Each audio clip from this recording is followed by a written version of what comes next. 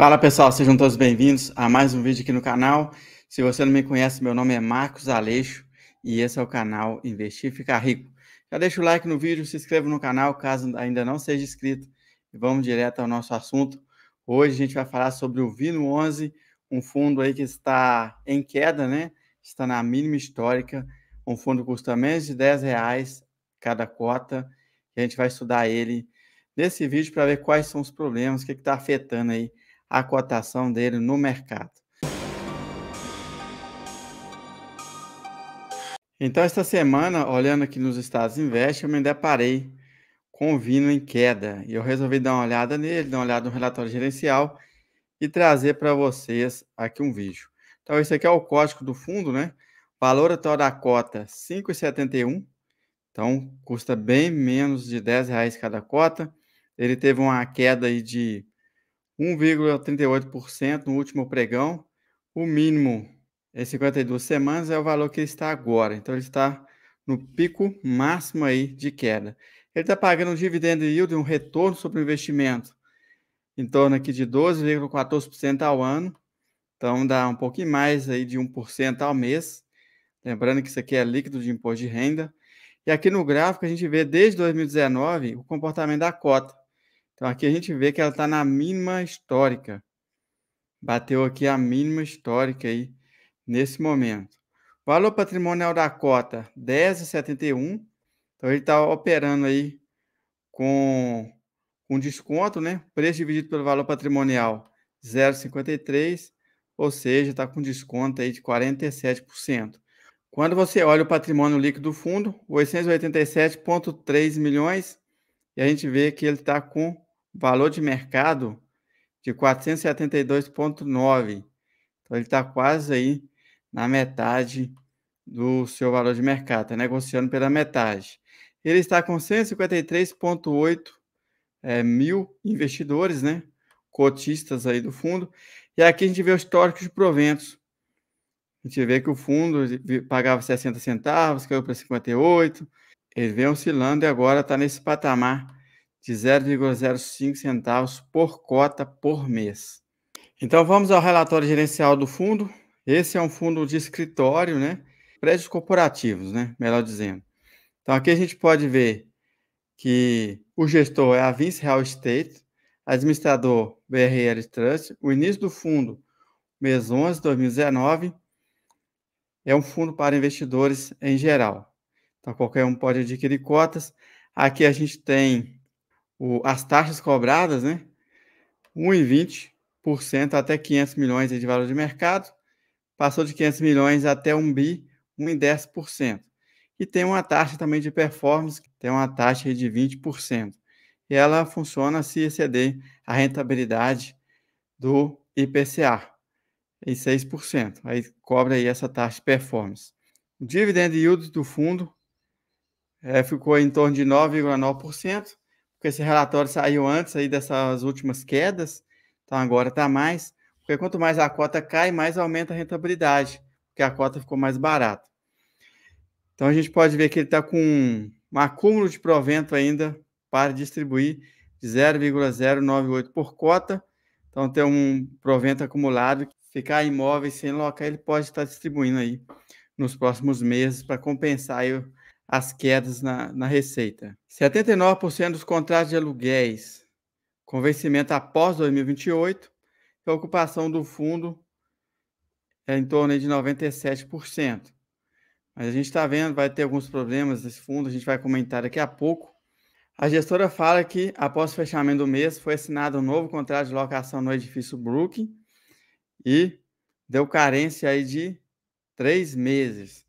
A carência de 3 meses é um tempo ali para o inquilino reorganizar, então eles dão geralmente um desconto aí nesse período de 3 meses, para que nos próximos meses o inquilino já esteja estabelecido e comece a pagar o aluguel integral.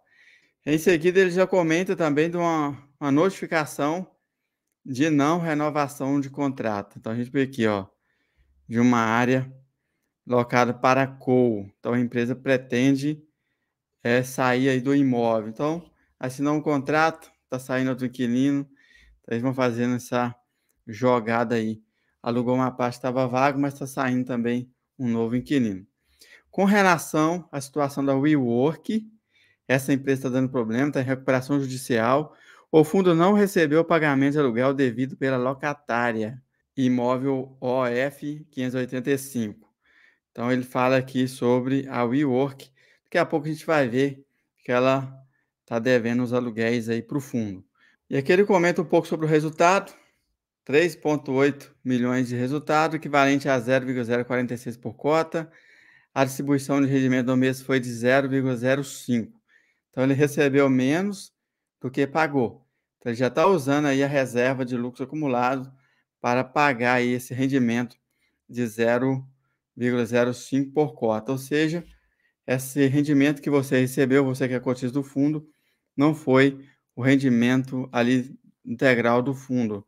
Ele usou lucros acumulados. E o fundo encerrou o mês com a reserva, conforme já comentei, de 0,098 por cota. Então, tem uma reservinha ainda acumulada para equilibrar a distribuição de proventos. A gente viu no site Status Invest, aqui a gente vê graficamente a distribuição do fundo, 0,60, 0,58, 0,55, 0,70, e assim a gente vê que está oscilando muito o pagamento de proventos aí do fundo. E tem também uma estimativa de distribuição, que a gente pode ver aqui que a estimativa de distribuição até agosto de 2024, né, vai ficar entre 0,055 e 0,045. Então, essa é uma estimativa. Quando a gente compara a cota do fundo, né, a rentabilidade da cota do fundo com o CDI, a gente vê que ela está perdendo muito. A gente vê o Vino 11, menos 25,2%, comparado aqui com o CDI líquido, que rendeu 38,5%, e o IFIX. Então, esse fundo aqui foi uma queda absurda. Quem comprou ele lá atrás, em 2019, 2020, acabou perdendo muito dinheiro aí em questão de valor da cota, devido à queda no valor da cota. Mas só perdeu mesmo quem vendeu, né? Se você vendeu no prejuízo, aí você executou aí a perda. Você realmente teve perda. Agora, se você não vendeu, você tem as cotas do fundo e futuramente, se o fundo vier a recuperar, que ninguém sabe, né? Aí você continua tendo a mesma quantidade de cotas que você comprou lá atrás. Então, as cotas que você comprou estão rendendo proventos, né? Então, esse provento que a gente viu aí de 12%, de 1% ao mês, é o provento com base na cota agora, para quem comprar agora, que recebe esse provento. Agora, quem comprou lá atrás está recebendo muito menos que isso. Essa é a sacada, né, para quem quer investir em fundo imobiliário, comprar sempre no melhor momento. A gente nunca sabe, né, realmente qual que é o melhor momento, mas você faz os cálculos e vê se a cota está barata ou não, se os imóveis do fundo são de qualidade, para você efetuar suas compras. A alavancagem do fundo é assustadora, né? Obrigações a prazo, 484,8 milhões. Então, o fundo está muito alavancado. Ele tem quase 50% de dívida, né? De alavancagem. Então, isso aqui é assustador quando a gente vê.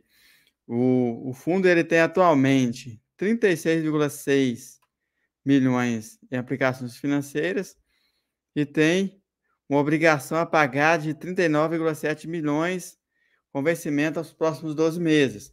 Então, o que ele tem em caixa no momento é menor do que ele tem a pagar, mas está muito pertinho, bem próximo, né?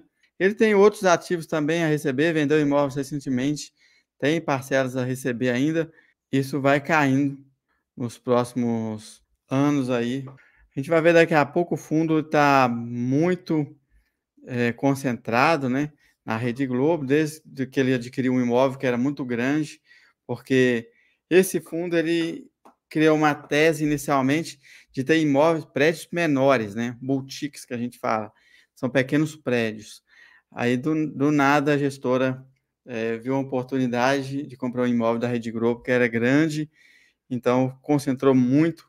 E desde então, desde essa aquisição desse imóvel, a cota começou a cair. Eu acredito que isso foi um erro gravíssimo, né, da gestora. Não é porque o imóvel é ruim, nada disso. O imóvel é até bom, mas foi porque o fundo estava com uma tese de imóveis menores, mudou o foco, comprando um imóvel muito grande. E não só esse seja o problema, mas o problema foi a alavancagem que eles fizeram para adquirir esse imóvel. Questão de aluguel, a gente vê que o aluguel médio aí no mercado é de 115 um metro quadrado. O fundo está alugando os imóveis dele por 84,9, né, metro quadrado, então está bem abaixo do valor de mercado. Mas com relação à ocupação, a gente vê que a ocupação do fundo está 97%, enquanto o mercado está com ocupação de 78%. Então ele está alugando por menos, né, o metro quadrado, valor menor, mas a ocupação dele está maior. E aqui a gente vê a questão da inadimplência, né? A inadimplência do fundo subiu para 5,4% nos últimos 3 meses, devido ao WeWork. A empresa detém aí uma participação em torno de 5% e ela não está pagando os aluguéis devido a ter entrado em recuperação judicial e etc. Então, o fundo está com essa inadimplência nos últimos meses. Desde aquela aquisição do imóvel da Rede Globo, que é um imóvel muito grande, o fundo fez uma alavancagem, o fundo começou a perder aí credibilidade no mercado, a cota vem sofrendo por causa disso, né? E a gestora perdendo um pouco de credibilidade. E agora a gente vê mais problemas aí no portfólio do fundo, em torno de 5% de aluguéis sem receber, né? E grande parte devido aí problemas na WeWork. O fundo atualmente tem 10 imóveis, totalizando 83 mil metros quadrados de área bruta própria. E aqui a gente vê os contratos atípicos, Rede Globo, Vitacom, Vinci Partners e Austral. Então, só esse imóvel da Rede Globo que eles compraram da Rede Globo e deixou alugado para a própria Rede Globo. Então, representa 44% do portfólio do fundo. Está concentrado aqui, quase a metade do portfólio nesse inquilino, Rede Globo. E a gente vê 14%, né, no outro inquilino, 11% no outro. O restante está diversificado, mas está concentrado em 3 inquilinos, né, praticamente, o portfólio aí do fundo. Contratos típicos, 30%, atípicos 70%. Segmento de atuação, a gente vê que a comunicação e mídia, né, que é a área da Rede Globo, 49%. Então está concentrado aí nesse tipo aí de atuação. Cidade, Rio de Janeiro 22, São Paulo 78%. Então esse fundo atualmente tem imóveis no Rio e em São Paulo. Prazo médio dos contratos 7,7 anos. É um prazo até razoável, né, para fundo aí nesse perfil. É um prazo até bom, muito bom. E aqui a gente vê o portfólio do fundo, os tipos de prédios que ele tem. Esse locatário aqui é a Vinci Partners.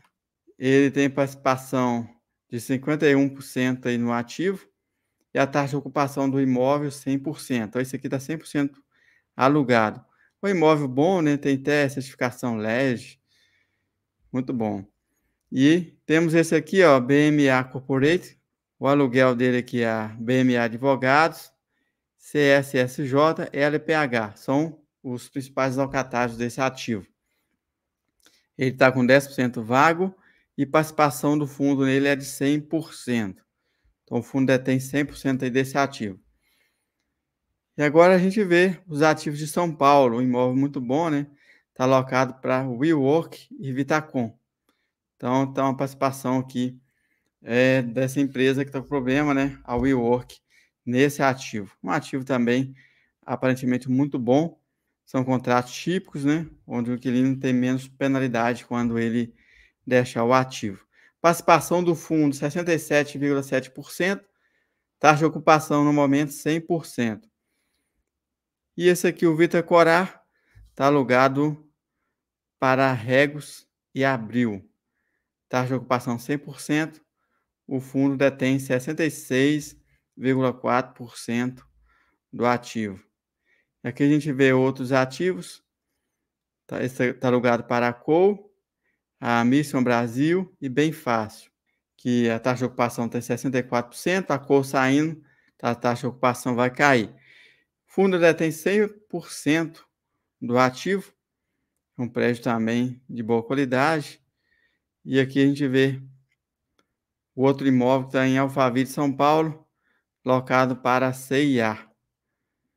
Esse está locado para CIA, fundo detém 100% e ele está 100% locado. Esse aqui está locado também 100%, fundo detém 38,21% do ativo.